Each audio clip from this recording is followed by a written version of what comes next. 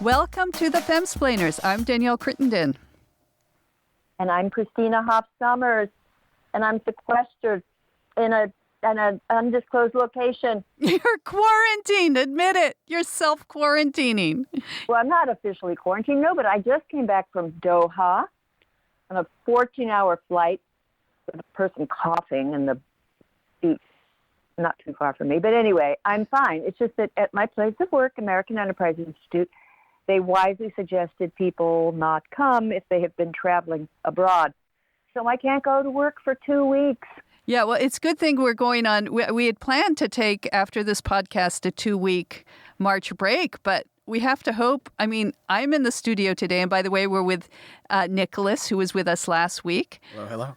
I just have to remind you, because this will be relevant to today's podcast, he is a white male, so you'll see why that's relevant in a minute. But, we've been joking, Christina, that you're like the only person who would react with delight that you have to self-quarantine yourself at home. I know. I have been self-quarantined for 20 years. and if I were, accused of a crime and sentenced to, 15 years house arrest, I would love it. People can just deliver food, books, and if I'm here with Izzy, I'm happy. I know. It's always hilarious. Like, you just so complain about having to come downtown to a studio. You keep saying, why can't we put it in our house? Some podcasters put it in their garages. Like, I just... I want it in my bedroom. That would get awkward for some guests, I think. Yeah. Anyway. That's kind of harassing. Yeah, well, we have you have adequate champagne, right? Like, you've stocked up on the essentials. I know, but I have jet lag. I just got back. I'm off. They did this daylight savings time thing while I was away. So for me, it's, I guess I could have a drink. Okay. Why would you? At one point, I'll. Oh, but you've because it feels like 10 o'clock in the morning to me. Oh, okay. But you've laid in supplies. I mean, like. Oh, yeah. Your essentials. That was the one thing when they said you should stock up, I went and got a couple of cases of wine. Cases. You don't know how long it's going to be. And there might be when people were like racing for toilet paper and water bottles, I'm thinking, man, I better hit the liquor store. There was an Australian in the debate in Doha, and she said that her family, everybody in Australia has been stocking up, so they have no toilet paper, and they wanted her to bring some from Doha. Yeah, what's with that? Maybe I'm just deluding myself, but in the age of Amazon and things, like, I guess maybe the problem is that we don't yet have drone delivery, and deliverers may not be able to deliver, so you can't even order your toilet paper on Amazon. But I don't know. It seems a little apocalyptic at the moment, but by the time this airs, it might not be apocalyptic. And there are many other things I fear running out of before toilet paper.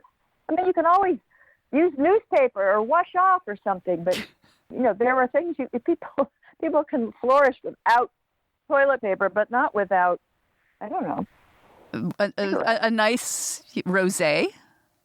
A rosé, and you can't make that. You can't. You can only make a certain type of alcohol in your bathtub. So, yeah, you can always hose yourself off, but to get that kind of level of wine that we expect. We're going to have to go back and learn all of these survival tactics.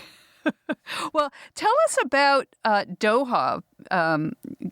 Absolutely. Because you were there like 4 days and 14-hour flight, and what were you doing in Doha?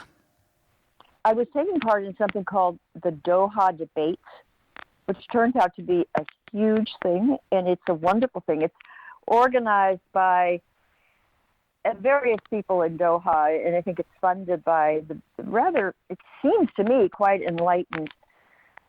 I suppose she's the queen. They have a king and a queen there. Or Sheikha, the Sheikha, and it's to have open discussion on contentious issues with informed people from various sides of the argument. They bring you in there, treat you like royalty, and they have subscribers across, I think it's mainly across Africa, and Asia, in the Muslim world, and they have 3 million people who watch the live stream.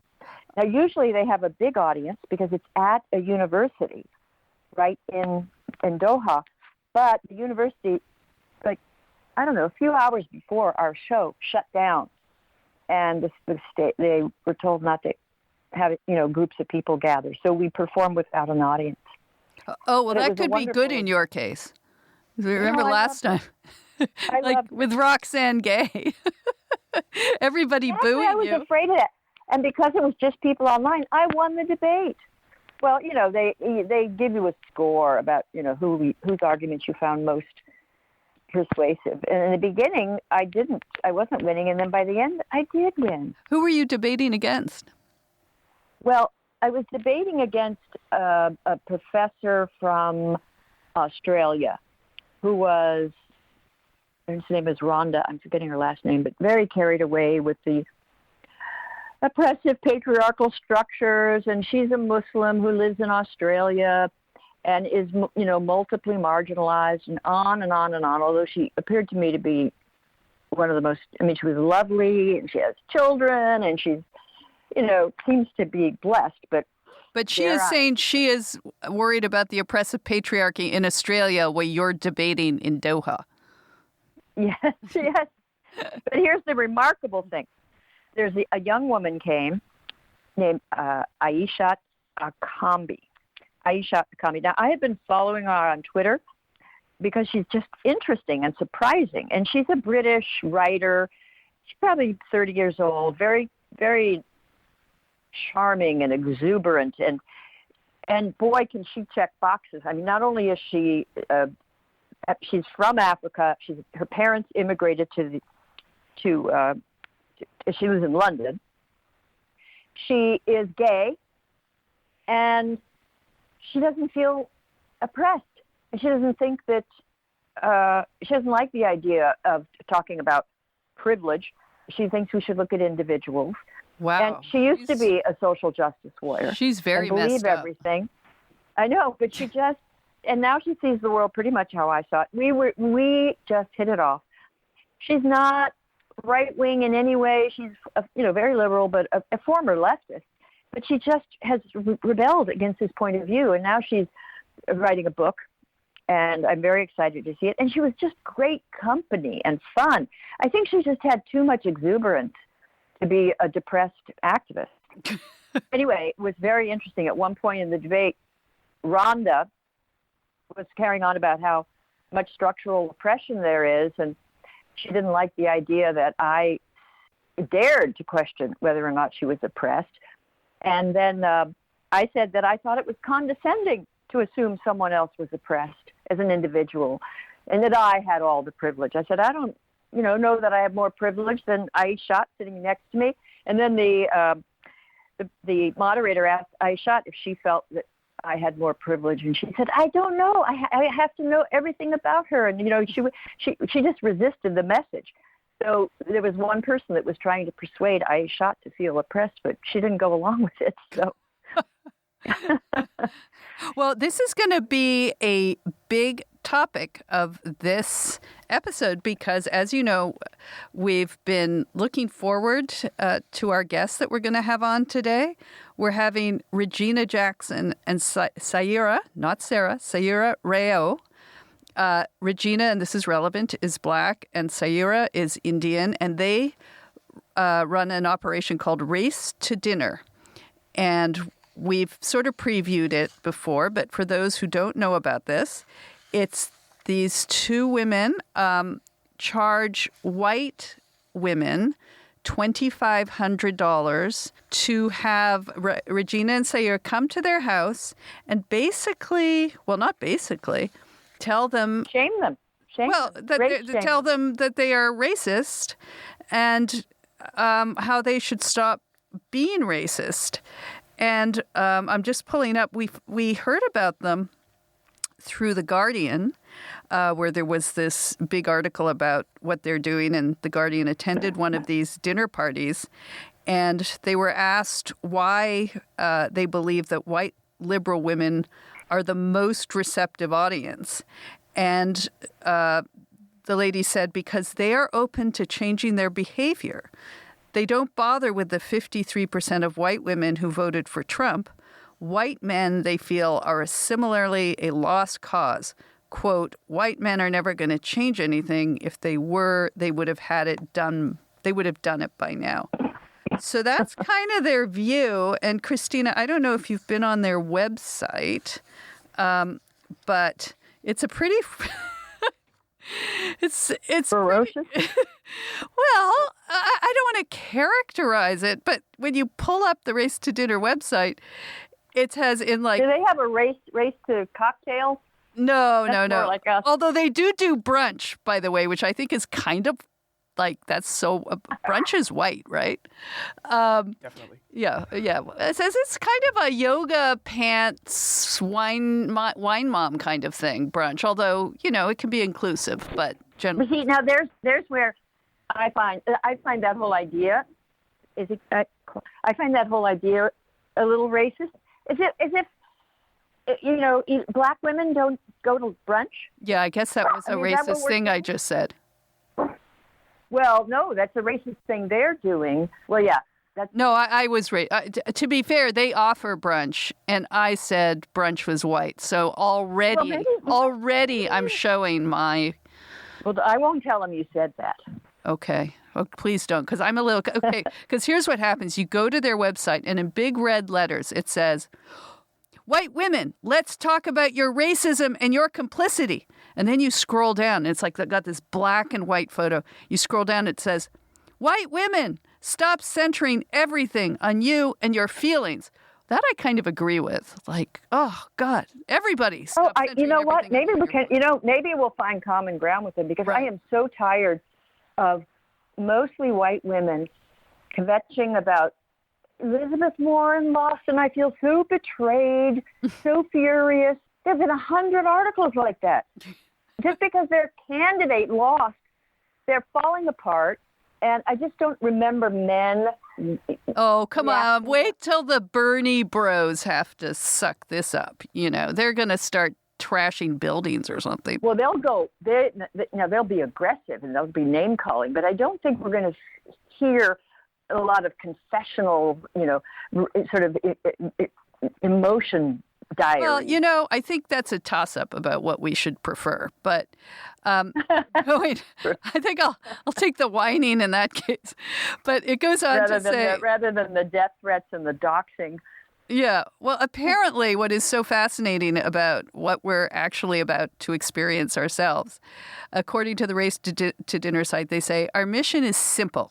Reveal the naked truth about racism in America and unleash your power as white women to dismantle it. This isn't the stuff of Trump, the KKK, and Nazis. That's easy. It's obvious. And denouncing it requires almost nothing of white folks. What's hard? Looking at yourself in the mirror. Yeah, I agree with that. And acknowledging as a white person in America, you are an active participant in upholding white supremacy. This isn't personal. This doesn't make you bad. This is systemic. This makes you human and an integral part of that system. So the question we have to us is, will we have the power to disrupt and dismantle the hate? Or will we find our power, I guess, to disrupt and dismantle the hate? So it's going to be a kind of awesome dinner party for us. At least it's virtual, so none of us can, get the virus from each other. Oh, that's true. Well, I'm prepared to learn, but I will say I'm interested because I think it's Saira. How do you say her name again? I think it's spelled Saira, and of course we'll confirm the pronunciation. But confirm it. It's a microaggression to get a foreign name wrong. I know. And even to say foreign. Oh yeah, foreign. She grew up in Richmond, Virginia. Okay, there you go. And she's the daughter of Indian immigrants. Oh, here is their bios. This is interesting. So, Ciara. Indian. She's Indian. they are the highest earners in the country, I think. After gays, I think. No, Indians, yeah, it's pretty high though. I remember having to gays, yeah. I remember having to look up who has the highest disposable income. The gay Indians. Gay Indians. And it says, okay, so under her bio, so just so we can prepare ourselves, it says, Saira, for 40 years, she wasted her precious time aspiring to be white and accepted by dominant white society, a futile task for anyone not born with white skin. Several years ago, Ciara began the painful process of dismantling her own internalized oppression. So she's a lawyer by training, a former congressional candidate, a published novelist, and an entrepreneur. That's Saira. Now, Regina Jackson, who is Black, is born in Chicago, and she remembers an America where everything was in black and white. Burned into her memory are the beatings and horrific treatment of civil rights workers, murders of Martin Luther King Jr. and John Kennedy, the violence perpetrated on innocent people going about their lives by white people. It is these memories that drive Regina to push for real change in America, which is why she co-founded Race to Dinner. So, Christina, are you ready? Pour your glass of rosé. I'm getting my drink right now. But get ready to bring them on and invite them to dinner. And I have a lot of questions. I wonder if they admit that, for example, Aisha in Doha told me that homophobia for her is almost all comes from other Nigerians who are Black, not from white people. I don't know if they do homophobia, but we could find out. We can, I can assume we can ask questions, but a lot of the questions may be directed at us, and we're supposed to prepare to be uncomfortable. And learn, and then let's listen and learn and be open. Try to be open, but at some point, I might have a meltdown. No. Just pour yourself another glass of wine. That's what, privileged women do. Okay. Yep. Okay, let's bring them on. Okay.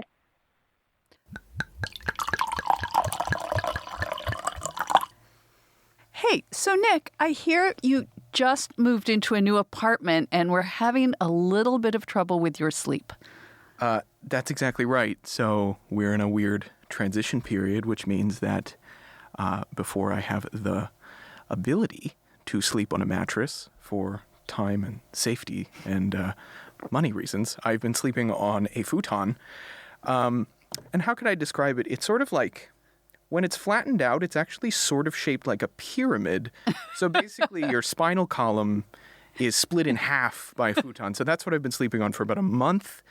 So I feel like I am not long for this world at this very moment. Okay, but even in your situation and with your financial, constraint, I don't think you should, cut back on a mattress, but you don't have to. You don't have to sacrifice good sleep and good quality because you have to try a purple mattress. The purple mattress will probably feel different than anything you've ever experienced. So it's not like a futon, Nick, and it's not even like one of those foam mattresses. Oh, please. It uses this brand new material that was developed by an actual rocket scientist. It feels very unique because it's both firm and soft at the same time. So it keeps everything supported while still feeling really comfortable. Plus, it's breathable, so it sleeps cool. That sounds amazing. And I have to say, you've sold me. But what if I don't like it? I'm definitely worried about putting down money on something that I might not like. Right, and especially when it is delivered to you. But you don't have to worry because you have 100-night risk-free trial.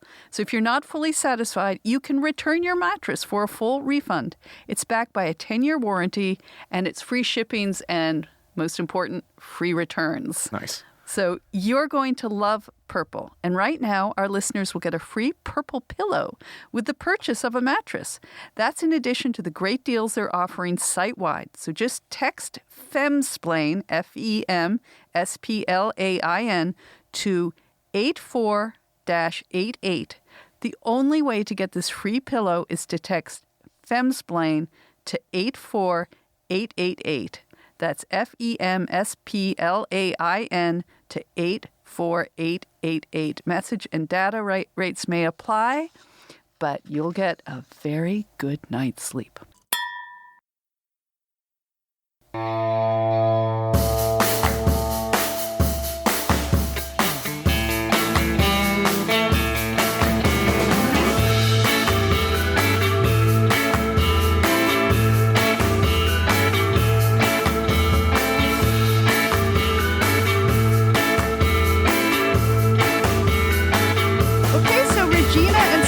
Welcome to the Femsplainers and really to our virtual house and our virtual dinner party for you. Thank you for having us. Yeah. Well, There's really a race to cocktails more than to dinner. I wish that I had a cocktail. Yeah. Well, we wish you did too. Usually we do it in the studio, but I'm self-quarantining in my house because I just flew from Doha, so no one wants to be. I know. No one wants to be around me. Well, we want to be around you. I multi-poo. No. So if you were actually, virtual cocktails or dinner, so you're arriving in our house, and the first thing we do, of course, is offer you a drink, which I'm afraid we can't obviously do, but we would ask you that, and then we'd welcome you in, and then what would happen? Well, from that point, we would probably have the women go around and introduce themselves by name and what motivated them to come to the dinner. Okay. Do we need to do that? Yeah. So hey, thank you so much. Thank you for the glass of wine. Why don't you tell us your names and tell us why you came? My name is Christina, and I have a drinking problem. No? Wrong dinner, Christina. All right. You try, Danielle. Okay. Well, I'm very, I think of myself as a really good person and a fair-minded person, and I was interested in what you do, and apparently I'm a racist, but I don't believe I'm a racist, so, I'm just interested to hear what you have to say about that. I'm just curious. Okay, so that's a very interesting thing. A lot of loaded statements right there. You consider yourself a good person, and somehow being a racist, if I heard you correctly, somehow being a racist flies in the face of your vision of a good person. Am I right about that? I would think so, yes. Yeah. Why? Because it's really bad to be a racist. Means Or ignorant. Well, it means you judge implies people on the color of their skin versus the content of their character, to paraphrase a famous person. And this is Regina. Yep. That is where we get into problems so many times, because white people see racist as somebody running around in a Ku Klux Klan hood and a torch saying, Jews will not replace us, And what we know is it's the good people who say nothing, who allow this to happen. Who allowed the Klan to flourish? Danielle wouldn't do that. If I saw a Klansman, I would just rip off that sheet. I'd have no qualms Make about a that. fuss. You would really, really be surprised by how many white people would not. Well, you've seen it again and again on video. You've seen people going crazy in supermarkets and everything. Yeah. People are speaking Spanish, and nobody says a word. Well, that's because people are worms. I don't think they're racist. I think they never want to get in the middle of anything is the problem. I want to back up here because this is a very foundational point, and I don't even think we can have a conversation here until we all can come to terms on this. Have you guys read the book White Fragility? Yes, I had it. I was told it was required reading. Okay, so very foundational in that book is the false binary of racist bad, non-racist good upholds racism. That's like part of the foundation of the book. And then when you do that, because we are also wedded culturally to be good. If you're called a racist, it shuts down the conversation because your feelings get hurt, and you do and say a bunch of the stuff that you guys just did. Not me, not her. I'm good. That's not me. And so that is the essentially the current. That's the soul of white fragility. And white fragility, this not me. My feelings are hurt that you would even suggest such a thing. Upholds white supremacy because it shuts down the conversation. And so what we say is white fragility doesn't just uphold white supremacy. White fragility is white supremacy. But what if I'm not? Sorry to interrupt. But what if I'm not? My feelings aren't hurt because I'm not. I don't consider myself someone who wouldn't stand up to a Klansman. I've certainly stood up to anti-Semites in the street. So what makes me? I mean, I don't think I'm apologetic. Like, I think because you're a white person born and raised in the U.S. It's in the water. She's Canadian. Oh, well. Yeah. By the way, I know a lot about Canada, and it's the same thing. So, white person in the Western Hemisphere, it's not in the water. Racism is not in the water. Racism is the water. So you can't even. It's the ice. It's the ice flow. I also want to just flag this, guys. I'm also racist. I'm an Indian woman who has been born and raised to be an anti-Black, anti-Indigenous racist. There's literally no way that I can't be that. And I'm the first person to talk about how you can be on the receiving end of racism, me, by you, white people, and on the giving end of racism, me, Indian person, to Black people and Indigenous people. I'm not immune as well. Would you say that everyone is also anti-Semitic?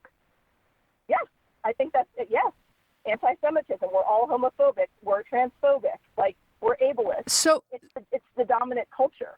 Okay, so I'm now bringing plates out, and I'm now a racist, but. As you say, how do I know? Like, if it's in the water. By the way, can I just say something quickly about Canada?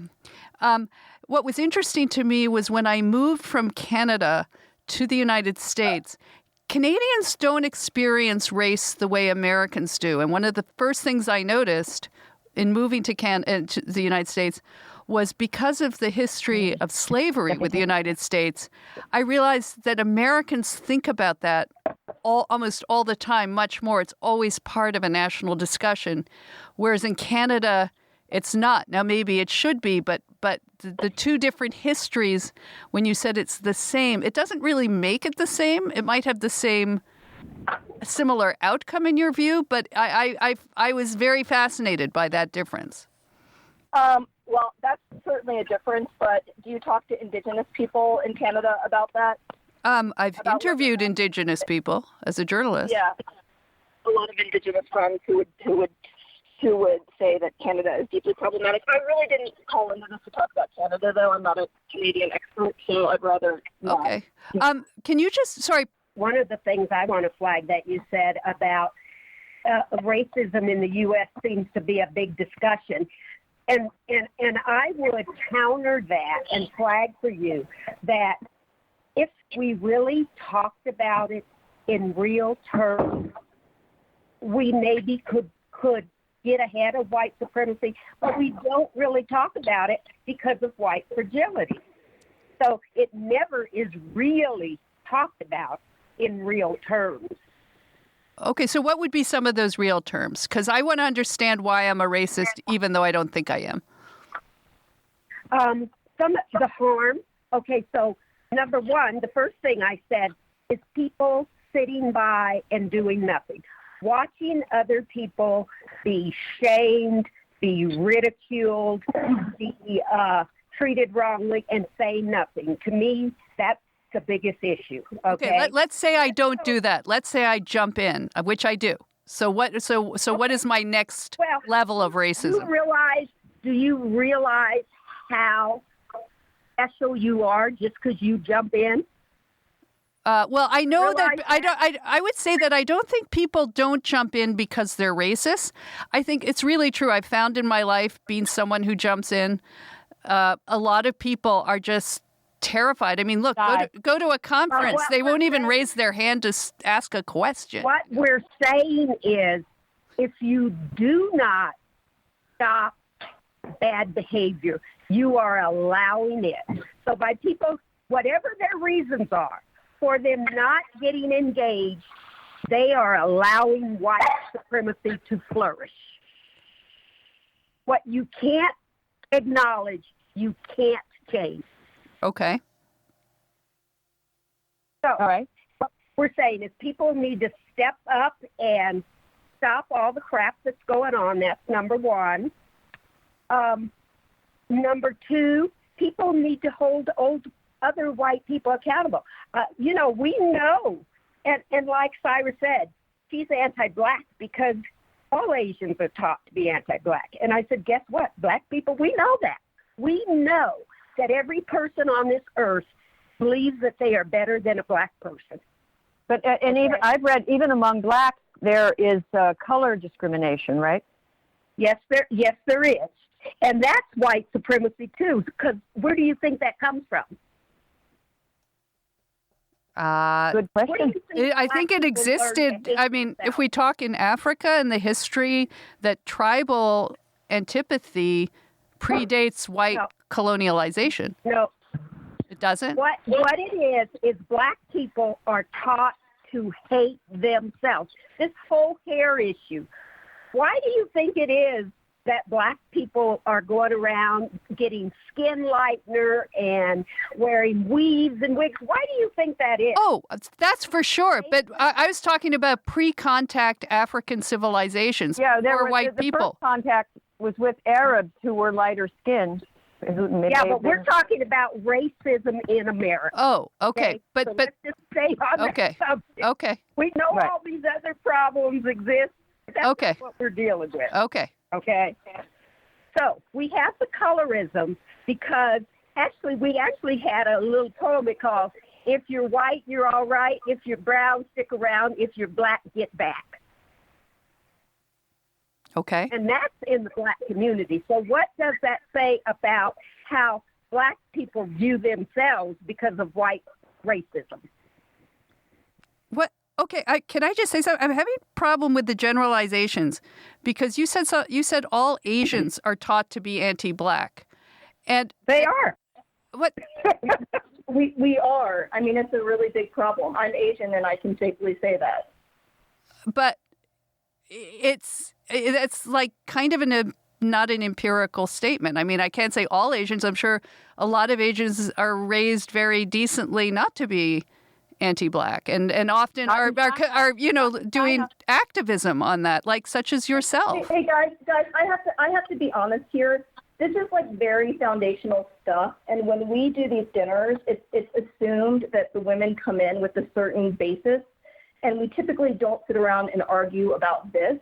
So I'm not sure that this is like the best place, at least for me, to step into, because if we're in a place where you guys are not willing to even acknowledge institutional things and no, we are able to acknowledge, but you're not. She's not, but I am. I'm here to learn. No, I'm here to learn, but you are making statements. I'm talking. You're being extremely combative. And the last time, I'll be very honest with you, I got into a situation with a podcast with a person, a white Nazi in London, who was saying all this stuff about, no. I just can't do it. It's a waste of my time. And so this is not what, I was not aware that this was a situation we were going to be in. Well, I don't think we're white Nazis, but I'll be quiet. We're can go ahead. We're both Jewish. Okay. I mean, I'm just saying where I stand. I'm not going to sit here and argue with you about whether or not Asians are institutionally anti-black or not. I'm Asian, and I can tell you we are. I don't need white women to tell me that I'm wrong about that. Okay, but you said all Asians, so that was what I was wondering about. We are. All Asians are institutionally anti-black. You can acknowledge it and start dismantling it. All men are institutionally sexist.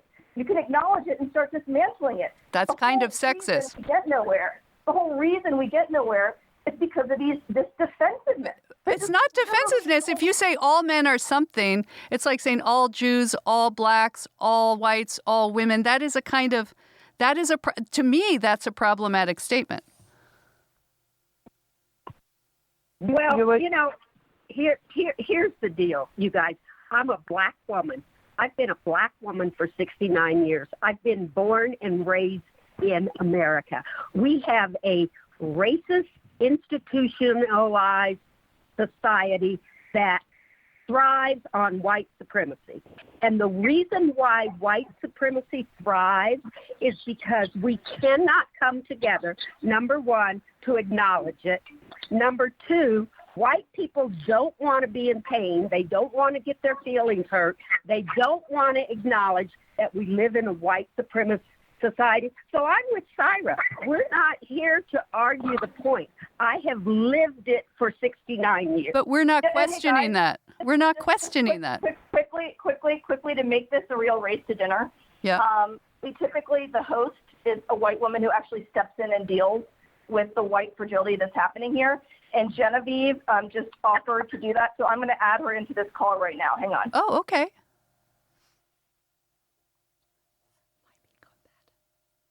I don't know. Someone there? Yes, Regina's still here. Saira's adding Genevieve. Oh, okay. And Genevieve is the founder or head of the organization? Can you tell us? No. Genevieve is a white woman that we hired to basically. Hey, Genevieve. Yes, hi. Genevieve Swift is the white woman who works with us. And so, Genevieve, they're having trouble with the all white people. They're having trouble with even acknowledging that I'm Asian, they're not, but they're not acknowledging that it's okay to say all Asians are anti-black. Can you please explain to them how that is white fragility?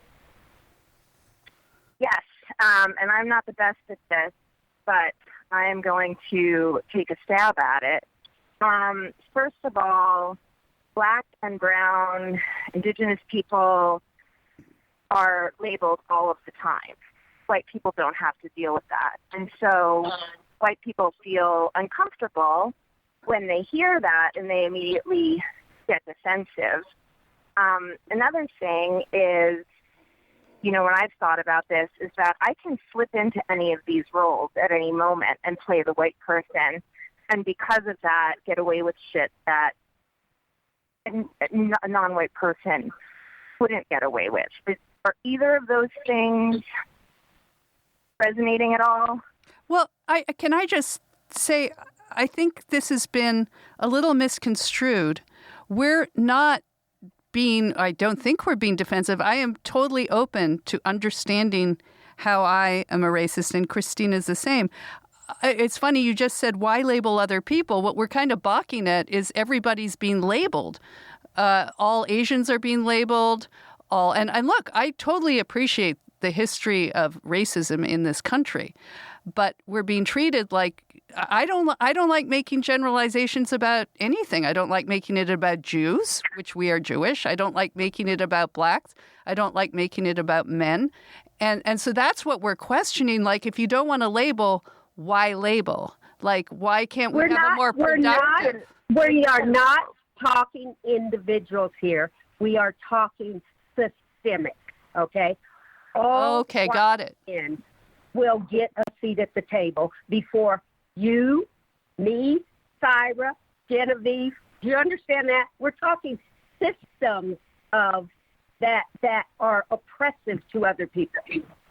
And just one question about that, and I just want clarification. Like in the United States, if you look at fundamental systemic privilege, Asian Americans are the best educated, and they earn more. And that's not true. Do you know who the best educated people are in the United States? Maybe Saira. No, Indians. African American women.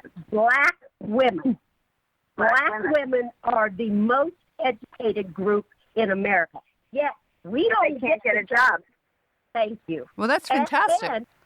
Well, the majority of PhDs and BAs and so forth, I think the highest achievers are Asian women from East Asia.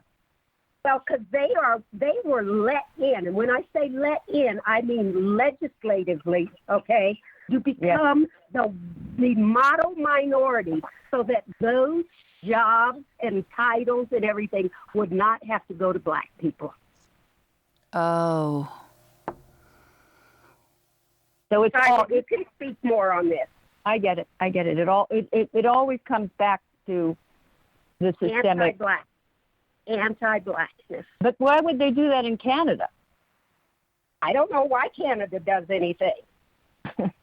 That's just not. This is Canadians now have a complex because nobody cares about them. Well, I think we could do a whole systemic Danielle, argument against Canada. No one cares about Canada. I know. It's so sad. It's systemic. No. But anyway. Saira, are you still on the call? I am. I'm loath to say anything. I'm just feeling pretty frustrated, I'll be honest with you, which, as you know, Regina and Genevieve, I do this a lot. And this is one of the most, back to candid conversations. This is one of the most trying conversations I've had with white people in a long time. Okay, but tell us why. Tell us why. Why are we so frustrating? Because you're not listening and you're being combative. Like, it's as simple as that. So, are you laughing? No, there was some weird sound thing. No one is laughing. Okay. Yeah, you're not. I don't think that the two of you are in the headspace to do this, to be honest with you. What headspace are we in if we're not in the headspace? Well, let me tell you a lot of what happened. And Saira and I have had maybe 3 or 4 dinners like this where women come in and they want to spout their civil rights resume. They want to say, not me, I do this. But we're not saying that. We're saying we could be racist. We just want to know why. I'm just saying that we have dealt with that. Okay. But are you saying you can't deal with us? Why can't you deal with us? I want to know, because I'm open to this. I just don't like generalizations about people. That to me seems... But you don't know generalizations because you're not used to being generalized because you're a white person and you've been able to walk through the world without being generalized. Oh, I've had a few generalizations made at me, but all of the time. I think we all come from backgrounds where we have our own struggles, which you'd acknowledge they're different struggles. But it's not like, I guess the assumption of privilege, I would totally admit to what privileges I have. But I want to understand better the systemic thing that I'm not aware of. That's why I'm asking questions. I need to know, and I thought you would tell me why I'm not aware of these things. Okay, here's what I'm going to suggest to you two, that you go on YouTube and you watch some videos by a white lady. She's in her 80s now, named Jane Elliott. And Jane Elliott started doing racial work way back in the 60s when MLK was killed. And she speaks specifically to white people. And I think you guys should look and listen to some of her videos before we continue. Well, can we ask how we dismantle? Then tell us what to do aside from watching videos. What can we do? Let me. But you're not listening, and then I'm actually going to hop off because this is not worth my time. But until and unless you can hear all white people and hear that as a system and an institution rather than individual and personal, you literally can't even start. There's literally that is the number one starting place. And I know you don't want to hear that because you want us to give you little check boxes that you can check. That's the first box.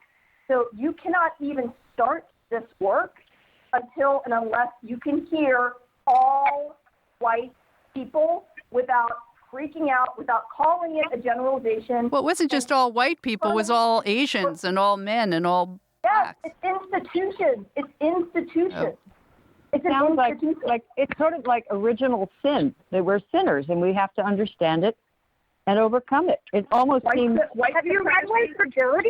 Yeah, we have. They said yes, but it doesn't sound like they have, Genevieve. I think you need to read it again. Maybe it didn't have the impact you'd hoped it would have, but I did read it. I still don't. I just have a question as a philosophy professor of many years. How are you so certain that you are right about this? What would have to happen to make you doubt your position? This is Regina, and I'm going to say I am certain because I have lived in a racist society for 69 years. Now, we have a lot of white people out there talking about race. Tim Wise, the professor who wrote Robin DiAngelo. Peggy McIntosh. She came up with the white privilege theory. Right. Okay. Those people are making a lot of money. Do you know where they learned about racism? Where would you think they learned about racism? Where? Tell us. From people who have lived it.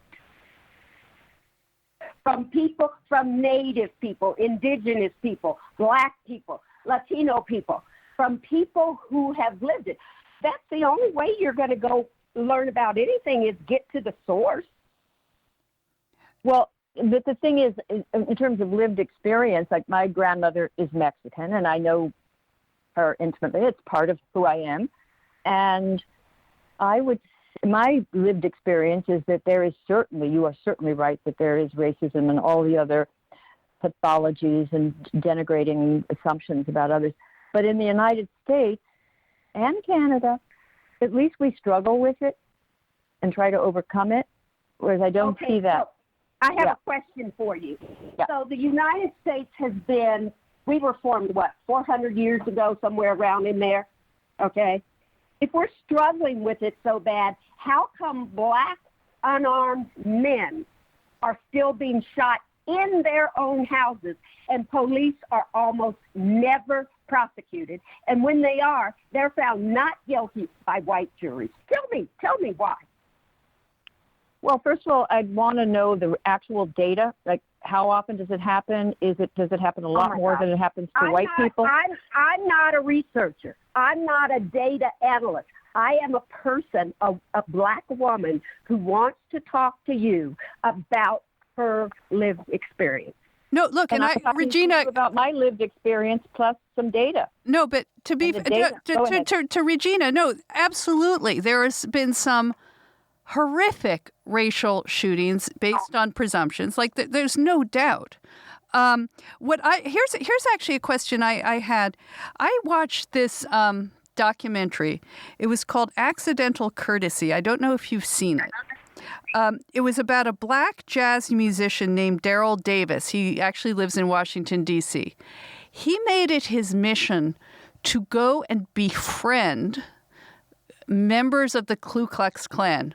Wait for it. He spent a lot of time, and in his living room, he has all these collected garments that through persuading them and getting to know, as you talk about, his lived experience. Okay. Hang on. Let me just finish. He was able to persuade them. Okay, but here's my question. No, here's my question, and I'd like your reaction to it, actually, if you've seen it, is talking to people rather than being combative. We have a lot of combat right now between everybody, honestly, in the States.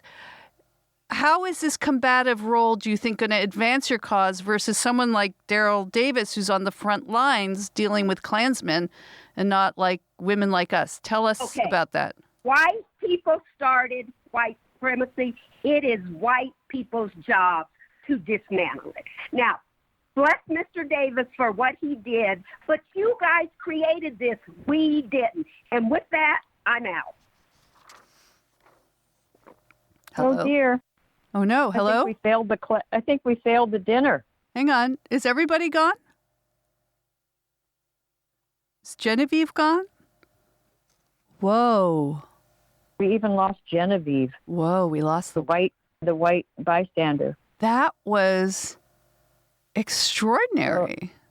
I didn't feel I was being combative. I was asking, if you're charging, honestly, $2,500 a dinner, you'd think you'd have some answers. Like, you'd think you'd be ready for some questions. I'm worried about the psyches of the women who invite them to dinner. I'm thinking it's a kind of an S&M thing, where the women are just want to be beaten and beaten and beaten, because we were just saying I know it was like you are making huge racial, sexual generalizations. I mean, and also this assumption that we do nothing about it. Like that really, honestly, that offended me. I don't know if I ever told you this, Christina, but I was at this is very white. I was at our local farmers market, and Oh my God, at DuPont, and I was loading my groceries into the back of my car, and I parked next to an outdoor cafe, and it was a Greek cafe. Not that that's relevant. Maybe it is. And I would subsequently find out it was like the owner of the cafe was sitting outside, and he was casually talking to his person over coffee, this other person, about how Jews are rats. And Jews are the rats of Europe. And he was going on in some vein, and I'm loading my groceries. And I couldn't take it. I turned to him and I said, you should be really careful about how you speak in public because you never know who around you might listen and in fact be Jewish. And he looked at me with sort of startled, and he went, oh, I'm just, and he made some things. And then he said, but you don't look Jewish. And I went, oh, that's great. I don't look like a rat. Is that what you're saying? I don't look like a rat. And we got into this thing, but I just I was very, I was thinking if anybody was acting that way, you were someone who would intervene. A lot of people, if you see, I think it was Sacha Baron Cohen, one of his movies, he showed, someone acting outrageously racist, and everybody was kind of quiet. And I don't think it was because they were shocked and they were just being polite. People are scared. Christina, how many people in the world are happy to hold the coat of the person who's going to go in and, fight the fight? Like, people are, human beings. I don't want to say they're cowards, but they don't want to. I think that these women are confusing sort of the human condition with white supremacy. Everything bad about people they attribute. And it's you know what? I think it's actually different. It's what you've said you've encountered on campuses is they want compliant people who will not question them. Like, she said, when she said the U.S. is 400 years old, and I looked at Nick sitting across from me, and I went, wait, and he went, no, it's 235 years. I know. It's like 400. We're not. But she didn't like the fact that we knew about pre-contact Africa. She didn't like that's that they're relying. It's a bit of a scam, honestly. They're relying on people's ignorance to we get $2,500 out of them and be shamed. It's like Tom Wolfe's novel, Mau Mauing the Flatcatchers. If you haven't read it, I recommend you go back and read it. But it's about white guilt, facing sort of the shakedown artists of the time. And this is and a bit of a shakedown artist. The way that they became so steely and angry. We said we were being combative. I thought I was being polite. This is what I do at my dinner parties. We question. We debate, right? You've been there. Before we did this, you were a little worried about me being combative, and so I know. I'm always. And I didn't worry about you, and you had no idea. But as I was listening, I thought Danielle's not with the program. This always happens, right?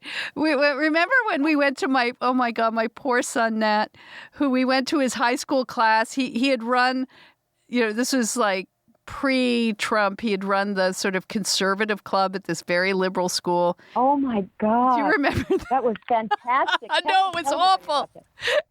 What year was this? Oh, I can't remember. But he was more than 10 years. Yeah, he was a junior. So yeah, maybe it was maybe 8 years or something. But anyway, this poor kid invites us to his school to talk to the conservative club, and we were the students. It should be said, we're awesome. We were making our case. I can't remember. It was just about, I don't know, you were doing the wage gap or something. And I was talking about, women's aspirations and how do you have a family and a job. I thought it was pretty mundane stuff. And then there was a man, it should be said, teacher, a male teacher, who turned out to be the Marxist. women's studies professor. Like, how did that happen in this day and age? And he... A Marxist from Argentina who was the women's studies consultant from hell. And he went ballistic. Like, he just And started... He hated us. He hated us, and he, like, overrode. The students had all these questions, and he overrode them. And you were so charm itself. You were so easygoing. I guess you're used to it. I was rolling up my sleeves. I was ready to punch him. I was like, what the hell? I was so outraged. And then there was a whole incident. We had to go talk to the principal and say, like, but we complained, like, sorry, this was for the students. And then afterwards, the students came up to us and they were all saying, like, oh, thank you for doing that. That guy so deserved it and none of us can say it. It was pretty funny. How many kids have to sit through classes like that? Right. And teachers. And it's in the high schools, and especially the elite high schools. Right. They bring them in. And to be fair, what was so frustrating about this is the kids were perfectly capable of asking their own challenging questions, which they did. And it was very civil. It was very civil. And then he leaps in, and it's like, these guys, they're not used to being questioned. And that's what you could tell with our dinner party guests. Oh man, they stormed out of the house. I know. I think the dinner party didn't go well. No, it really. The guests started to fight. Yeah. But I would sit. If they were here, if we'd had them in studio or in my quarantined house. Yeah. I would just I would talk to anybody and try to get, because you know what I think is true over and over again is that I think they're right that everybody carries around stereotypes about everyone. But they do. But what breaks them down is intimate is friendship, day-to-day relationships, and then once someone becomes your friend, you forget what they are. Well, that was my point about Daryl Davis, and do you notice that's when she left the conversation? Oh, yeah, because that's a threat to her. Well, because I said, why are we doing this combatively? Why don't we do this in a friendly way, a less... And she got very combative. And then she said, it's white people's job to reform the Klan, and then I'm out of here. Well, yeah, maybe it is white people's job, but... it is our job, but it's... When you see someone like Daryl Davis, he's a hero. Like, he's a hero, what he did. I remember a similar thing. I will never forget this video. It was a couple of years ago, and it was soon after the Trump election, and you had a Black Lives Me protest of some Trump supporters. And for whatever reason, the Trump supporters let the Black Lives Me people come on stage and speak. You mean Black Lives Matter? Or is it now I'm sorry, what was I saying? Black Lives Me. Oh, my God. It's not Black Lives You, Christina. You're white, for God's sakes. I'm glad that our dinner guests didn't hear that. Interrogate it. Black Lives Matter came up to the stage with the Trump supporters and started to talk. And they suddenly sort of saw each other as human beings rather than as just, they couldn't objectify and denigrate and dehumanize. They had to treat each other as people, and they suddenly found some common ground. Who is it? Is it, we talked about this organization founded by one of our favorite... Oh, yes. That goes... Irshad Manji. No, Irshad Manji does it, and so does David Blankenhorn. There's where he organizes coffees, whatever. He organizes groups of people who, like Trump supporters and Trump haters, to come together and talk. And it has that kind of breakthrough thing where they realize, actually, we're all on the same page issue-wise. We all care about education. We all care about student debt. We all care about health. And you have to break through that kind of Twitter-like antipathy that you hold in order to have the conversation. And honestly, we didn't bring these women on to troll them. We brought them on to have that kind of conversation. And what was interesting to me... With a reasonable and forth, and then, I figured I thought I might learn something from them. No, and I wanted, like, if you're going to make these generalizations and say all white women or all, I think you have to qualify that, because if I were to say all black people are stupid or all Jews, love money or something, like, that wouldn't be acceptable. And that was my point of bringing up Daryl Davis. And I'm just so interested that she left the conversation at that point, because they don't want to talk. They just want to shut it down. They want you to be passive recipients of their systematic ideology. And look, I don't discount what Regina has been through. That was my point. I'm open. I'm not insulted if you call me a racist. I just need to know why. What have I done? What have I said? How can I fix it? What can I do? And we asked them those questions, and they said because we were not willing to see the problem from their point of view, they weren't even willing to teach us. Yeah, what kind of teacher is that you just throw the student out in the street? You are unteachable. I'm unteachable. I think you brought in your philosophy training. That didn't go well, Christina. You blame. That went badly. It was falsifiable, because it seems to me that what they have is And also, look, if what they said was true, and like, I'm not going to doubt it, but I think you had the empirical evidence. But look, if black women are the most educated, let's celebrate that. And if they're not getting hired, how do we fix that? Well, there is a lot of good news where that's like they're good. Not the most educated. But so this is a podcast reality. The reality is that I'm now setting up my Verizon, and I need to talk to this gentleman to explain to me what my new code is. So can the podcast hang on? The podcast could end on this, I think. I think the podcast could end. Hey, it ends. Okay, so here's what we're going to do. Christina, before you go to your Verizon man, hold him for a second. And don't assume it's a man. It's a Verizon person. Expert. Okay. And yes, he is a man. A Verizon Could be a woman. I have capital never had a Verizon woman. Capital expert. An expert, yeah. Just to say, I'm not assuming the gender, it looks like a man. He could be a man, but maybe he doesn't identify as such. Let's just be honest. I think he does identify as a man. Okay. But anyway, I just want to say to thank everyone. We're going to go on our 2-week break and pray that the virus doesn't shut AEI down, and then we don't have a studio. We'll have to deal with that problem when we come to it. But you know what? We will persevere. If they shut us down, we'll do it from walkie-talkies. Right. Here you are calling in, Christina, under quarantine. Under quarantine. I'm not. Don't say that. I don't want to be stigmatized. Oh, you quarantine privileged. But anyway, also just a quick note again. Guys, supporting us, we love you. Patreon, Glow, ThinkSpot. Please donate. Please go to iTunes and give us 5 stars. That really actually matters. And if you support this podcast. Please review us on iTunes. That helps for all sorts of things. I don't know what. I just said Danielle that. knows. I can't believe you just said. Okay, because I'm trying to get off this podcast because I have real life issues here.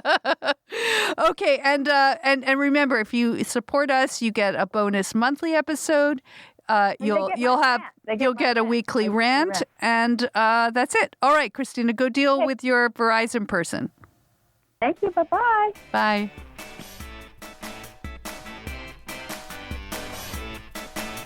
Hey, thanks for listening to the Femsplainers. Keep up with us on Twitter and Facebook at Femsplainers and on Instagram at Femsplainers Podcast. Send questions and comments to contact@femsplainers.com. A big thanks to Ella Ryder, our research and in-studio production assistant, and to Nat Frum, our audio and video editor. And we're proud to be part of the Ricochet Network and grateful to the American Enterprise Institute for allowing us to record in its studio every week in downtown Washington, D.C. And miss something? You'll find everything you need at our homepage, femsplainers.com, including links to past episodes, our sponsors, where you can sign up to support us, and even to merch. And please don't forget to like us or give us 5 stars on iTunes. Thank you. Cheers. Cheers.